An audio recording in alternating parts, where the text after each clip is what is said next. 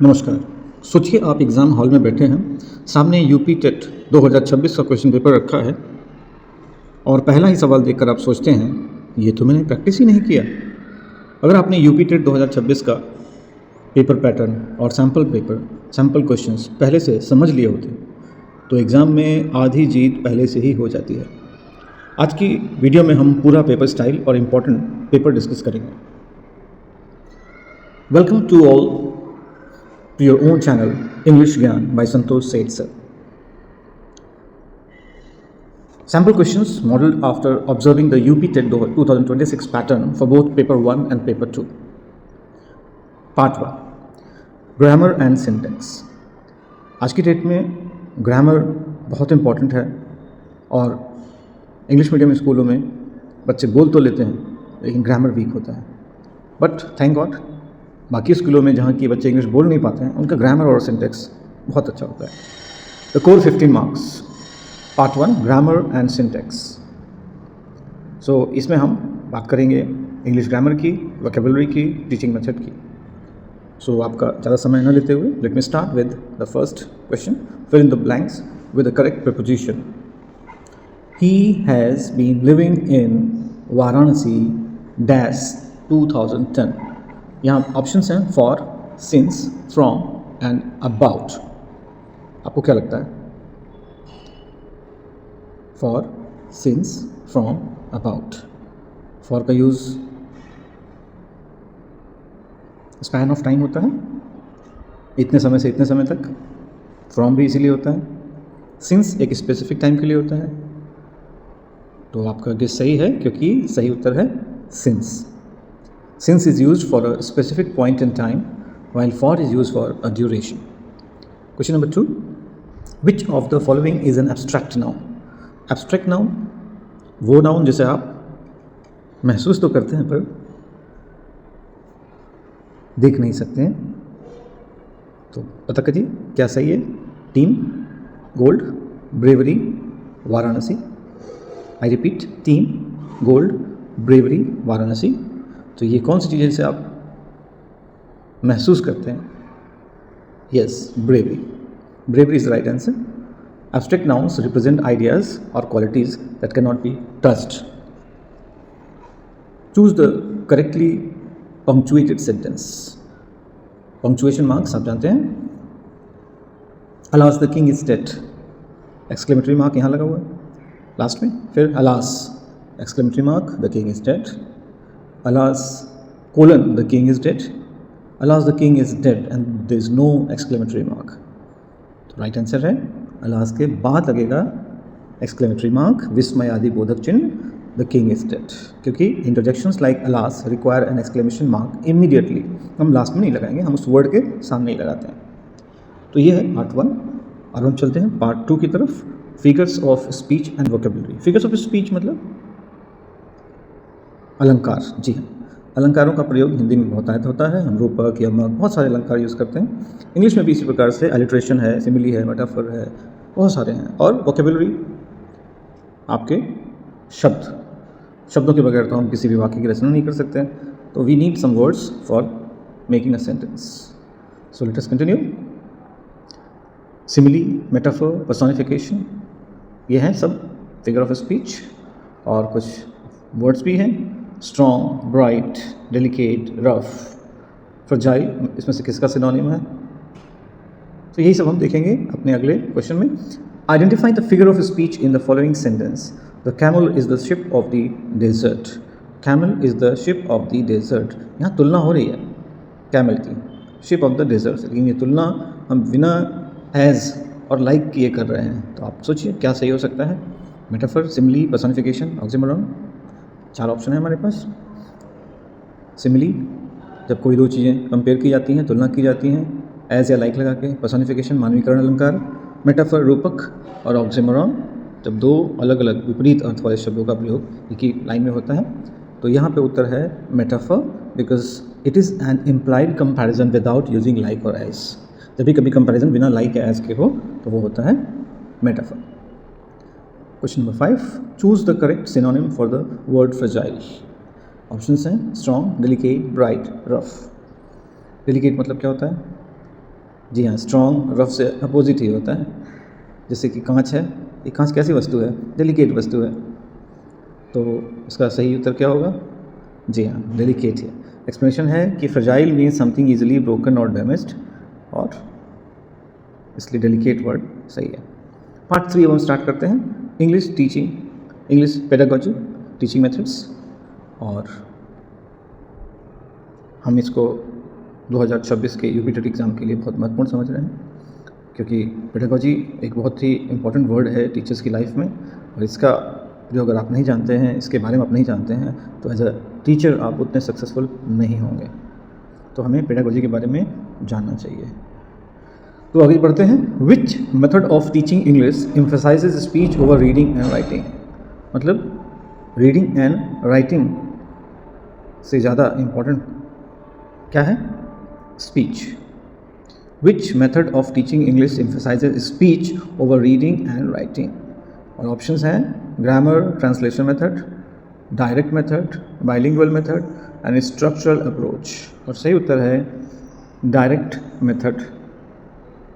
The direct method focuses on oral communication and forbids the use of the mother tongue. Mother tongue का use नहीं करना है, और अब जिस भाषा को सिखाना चाहते हैं उसी में उसको सिखाएंगे। 7th question, scanning is a reading activity used to? Option, understand the central idea of a passage. Question क्या है देख लीजिए फिर से। Scanning is a reading activity और it is used to understand the central idea of a passage. Find a specific piece of information. Enjoy the literary beauty of a poem, and the last option is improve pronunciation. ये word pronunciation बड़ा typical है, अक्सर मैंने लोगों को सुना है pronunciation बोलते हुए। एक्चुअल में प्रोनाउंसिएशन बोलेंगे तो आप नाउन लिख देंगे यहाँ PRONOUN। जो प्रोनाउंस करते हैं हम वो अलग है, प्रोनाउंसिएशन ये अलग है।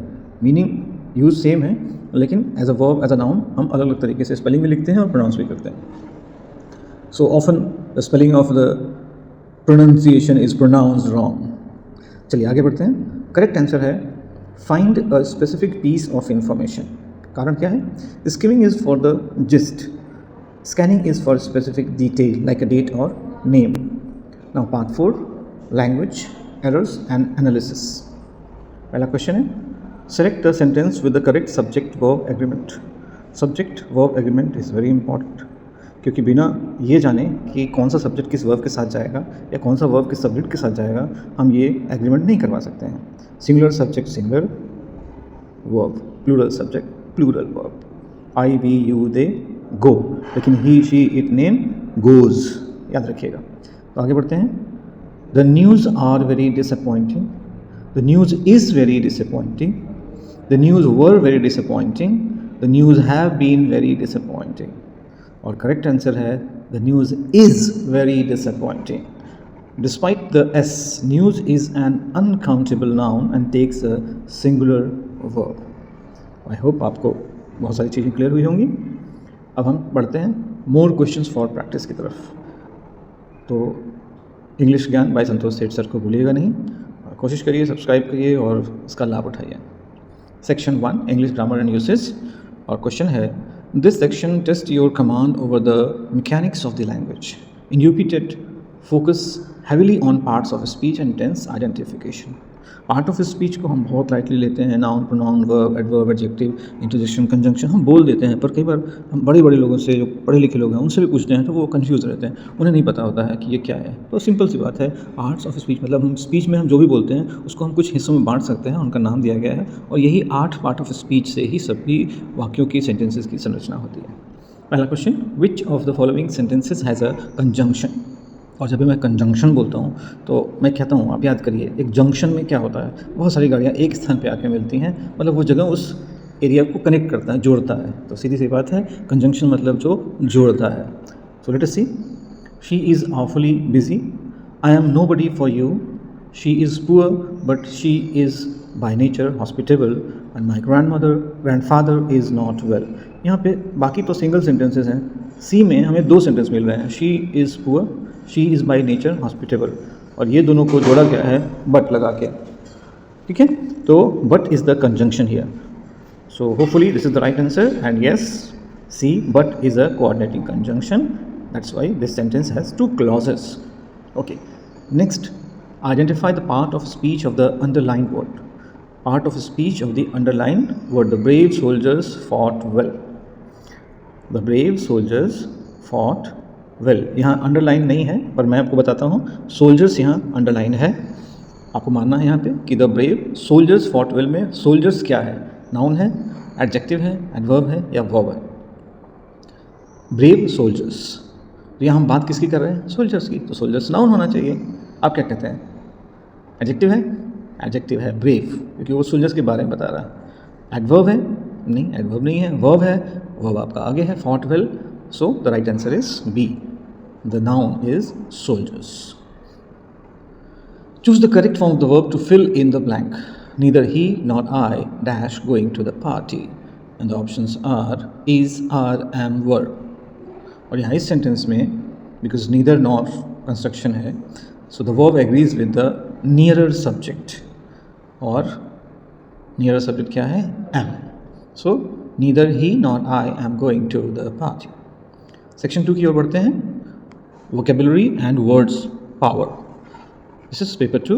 Often includes more complex vocabulary including homophone and figure of speech. में variety of चीज़ें आगे ऐड जाती हैं.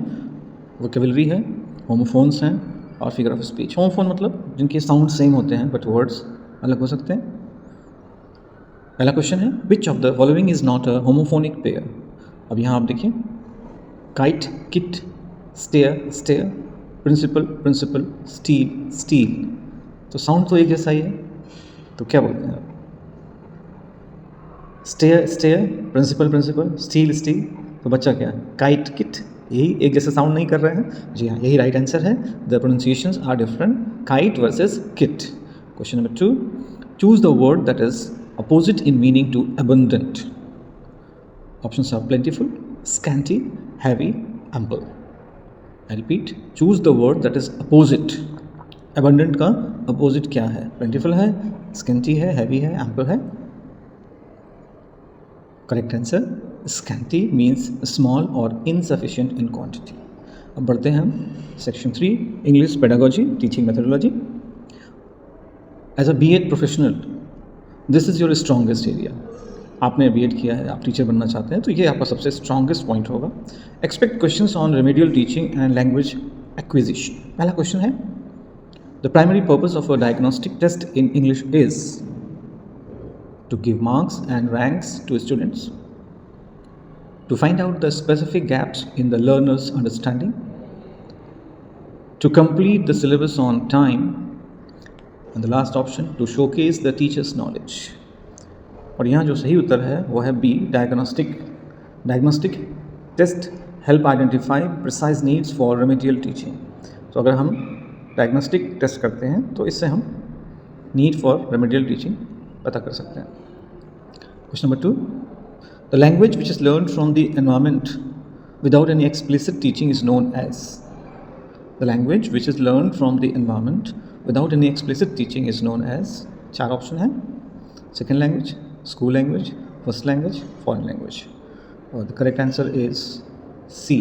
This refers to language acquisition, mother tongue, first language. Question number 4 section 4 comprehension. Comprehension के लिए मैं आपको एक टिप देना चाहता हूँ. कॉम्प्रिहेंशन मतलब रीडिंग, और रीडिंग का कोई दूसरा ऑप्शन नहीं है. अगर आप एक अच्छे रीडर हैं, न्यूज़पेपर पढ़ते हैं, कहानियाँ पढ़ते हैं, मैं आजकल की जो वीडियोस सुनना है या पॉडकास्ट सुनना है उनकी बात नहीं कर रहा हूँ, पढ़ना.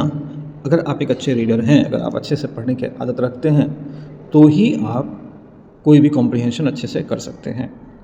Reading a passage about the life of Marie Curie. Suppose that ऐसा कुछ आता है एग्जाम में, एक पैसेज है जो कि मैरी क्यूरी के बारे में है. सो क्वेश्चन इस तरह के आ सकते हैं.